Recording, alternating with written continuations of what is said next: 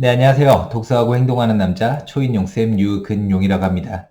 오늘은 공매로 토지를 낙찰받아서 7개월 만에 수익을 낸 사례에 대해서 한번 말씀드려보도록 하겠습니다. 경상북도 경주에 있는 토지였고요. 용도는 답이고 면적은 224.5제곱미터입니다. 감정평가 금액은 2,200만 원이었고 입찰 기간은 작년 7월달, 꼭 1년이 됐네요. 유찰 횟수는 5번 유찰이 돼가지고 반값으로 나와 있던 토지였습니다. 그래서 최저 입찰가가 1,100만 원대였는데 제가 낙찰을 받았죠.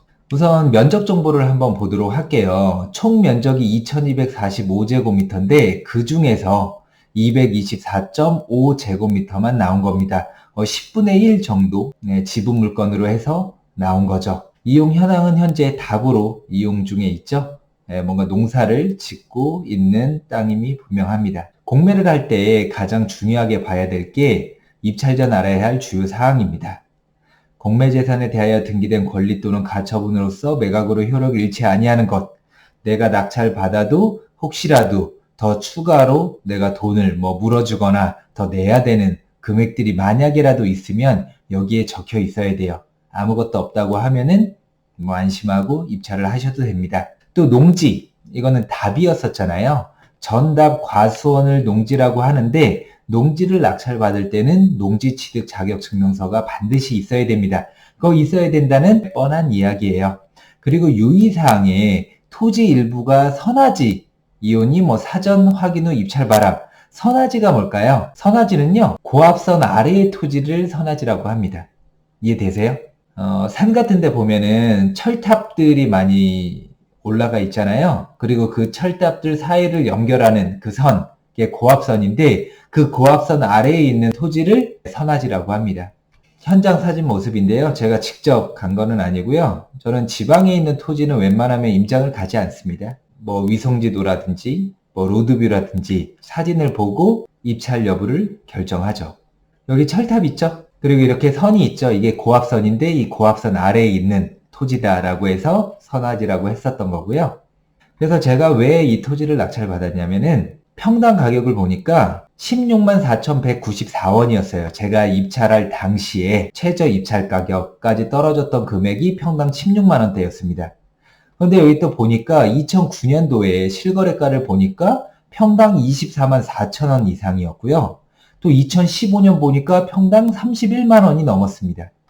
또 2015년도에 35만 8천 원. 지금 제가 낙찰받은 때가 2019년도였는데 10년 전 2009년도 가격보다도 더 내려간 거예요. 이러면 어때요? 무조건 입찰해야죠. 저는 이런 토지는 활용 가치가 있으면서 최근 실거래가라든지 또 5년 전, 10년 전보다 가격이 더 떨어져 있다고 하면은 바로 입찰에 들어갑니다. 그래서 상세 입찰 결과를 보니까 총 5명이 입찰을 했고요. 제가 4명의 경쟁자를 물리치고 조금 높게 받았어요. 1,330만 원의 낙찰을 받았습니다.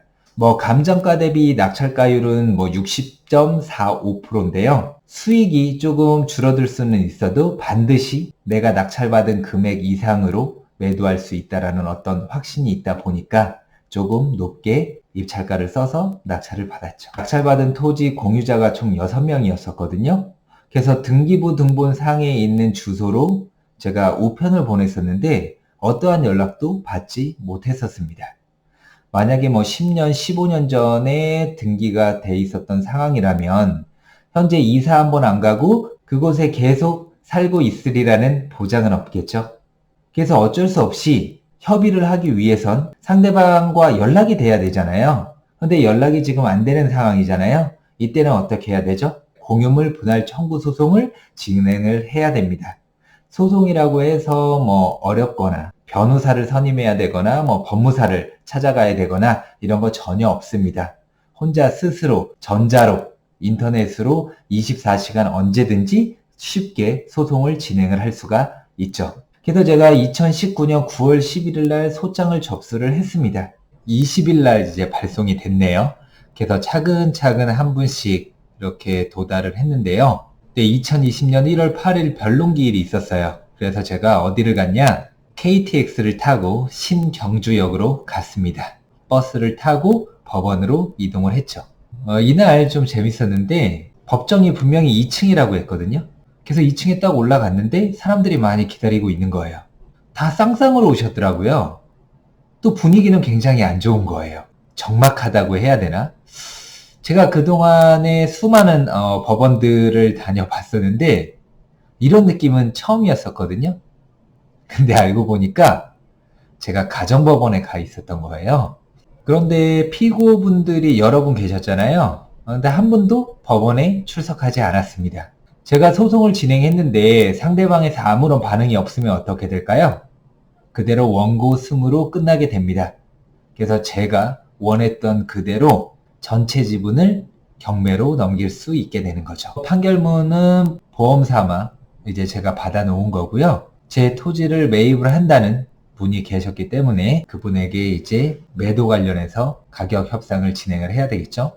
그래서 감정가가 2,200만 원이었었잖아요. 그래서 저는 감정가 정도에 매도할 생각이 있다라고 말씀을 드렸는데 어쨌든 상대방 입장에서는 조금이라도 더 싸게 사고 싶은 게 공유자들의 마음이잖아요. 그래서 조금 더 이렇게 가격을 깎아줄 수 없겠냐 말씀하시길래 저는 1,330만 원의 낙찰을 받았죠.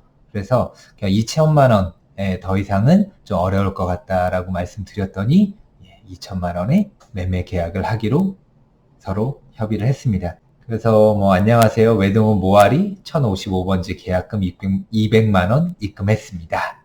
그래서 확인을 하고 그리고 이제 매도 서류를 준비하기 위해서 제가 성함이라든지 그 매수자분이에요. 매수자분 성함, 주소는 꼭 신주소로 적어 주셔야 됩니다. 그리고 주민번호, 그래야 제가 매도용 인감증명서를 낼 수가 있거든요. 그래서 여러 가지 서류들을 준비를 한 다음에 다시 연락을 드렸습니다. 근데 여기서 중요한 거는 만약에 매수자분께서 경주에 사신다고 하면 제가 경주로 내려가야 되잖아요. 그런데 그렇게 할 필요가 없습니다. 이제 법무사마다 좀 다르기는 하지만은 저는 서울에 살고 있기 때문에 매도 계약하기 위해서 경주까지 내려간다는 것은 굉장히 시간 낭비, 에너지 낭비를 할 수가 있잖아요. 저는 매수자에게 법무사 한 곳을 정한 다음에 그곳 사무장 연락처를 알려달라고 합니다. 연락처가 오겠죠? 연락처를 받아서 내가 서울에 살고 있고 내려가기가 좀 쉽지 않다. 매매 관련된 어떤 서류들을 내 메일로 보내주면 내가 출력을 해서 인감 도장과 또 필요 서류들 모두 첨부를 해가지고 빠른 등기로 보내겠다라고 이야기를 하면은 그렇게 해서 진행할 수 있는 곳들이 있거든요. 해주는 곳도 있고 안 해주는 곳도 있으니까 법무사 많잖아요. 여러 법무사들이 한번 연락을 취해가지고 이런 식으로 안 가도 가능한지에 대해서 문의를 하신다고 하면은 되는 곳들 컨택해가지고 진행을 하시면 시간과 에너지를 절약하실 수 있을 겁니다. 매도할 때 필수 서류는 주민등록 초본이에요. 그리고 주소 변동 이력사항이 모두 포함되어 있어야 됩니다. 요거는 정부24에서도 무료로 출력을 하실 수가 있고요. 그리고 매도용 인감증명서 상의 매수인 인적사항이 꼭 있어야 합니다. 그리고 낙찰을 받고 소유권 이전을 하면 등기필증이라는 게 나오는데요. 이 등기필증도 꼭 가지고 계시다가 매도할 때 서류를 보내드려야 됩니다. 이 등기필증을 분실을 했다고 하면은 만약에 법무사를 통해서 계약을 한다고 하면 매도 계약을 한다고 하면 이제 5만 원인가 한 7만 원 정도 추가 비용이 듭니다. 그리고 내 신분증 사본 그리고 매매계약서에 인감도장이라든지 위임장의 도장들 인감도장 잘 찍고 모든 서류를 잘 첨부를 해서 법무사 쪽으로 보내주면 됩니다. 네, 이로써 1,330만 원의 공매로 토지 낙찰 후에 7개월 만에 그리고 소송 진행 후 3개월 만에 2천만 원의 매도를 했거든요. 이거는 저 혼자만 진행을 했던 게 아니라 제 수강생분들 몇 분하고 같이 진행을 했기 때문에 단기간에 매도를 했음에도 불구하고 세금은 1원도 내지 않았습니다. 왜 그럴까요? 우리는 1년마다 250만 원 기본 공제가 있거든요. 그건 각각이에요. 그래서 만약에 3명이 입찰을 했는데 750만 원의 수익이 났다.